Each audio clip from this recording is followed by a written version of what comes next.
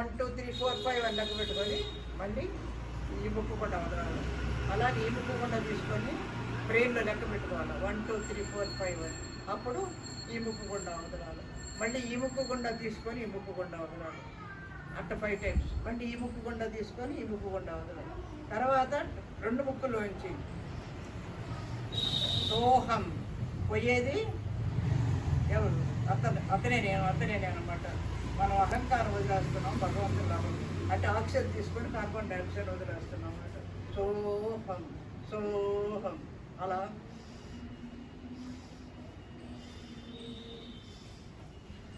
అంటే మన శరీరానికి కదలికలు లేక ఈ జబ్బులు రావడం, ఈ క్యాన్సర్ రావడం, అవి రావడం కూడా మనం తినే ఆహారంలోనే పొల్యూషన్ ఉంటుంది. తర్వాత సార్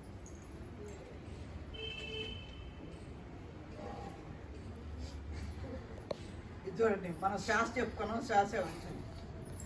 ఈశ్వరుడు శ్వాస రూపంలో అందరి యందు సంచరిస్తూ అన్ని విధాలుగా సంరక్షణ జరుపుతున్నాడు.